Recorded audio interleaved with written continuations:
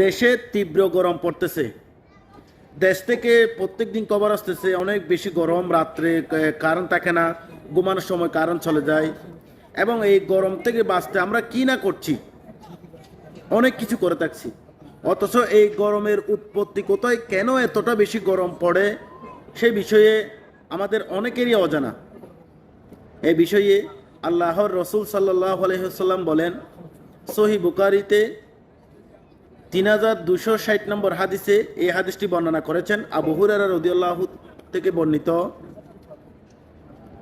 আল্লাহর রসুল বলেন, জাহান্নাম আল্লাহর কাছে অভিযোগ করলেন, আমার এক অংশ আর এক অংশকে কে ফেলছে।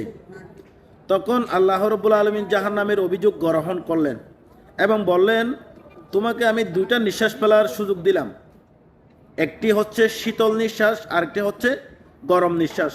মানে একটি গ্রীষ্মকালে আরেকটি শীতকালে।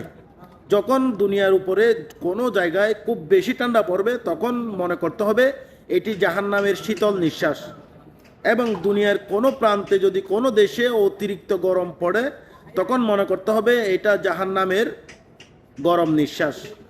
তো আমাদের সবাইকে এইরকম প্রচণ্ড গরম পড়লে বেশি বেশি আল্লাহর কাছে দোয়া করা এবং নিজের পাপকে ক্ষমা চাওয়া এবং গরমের থেকে বাঁচার জন্য আল্লাহ রাব্বুল আলামিনের কাছে বেশি বেশি দোয়া করারই উত্তম এবং সঠিক উপায়।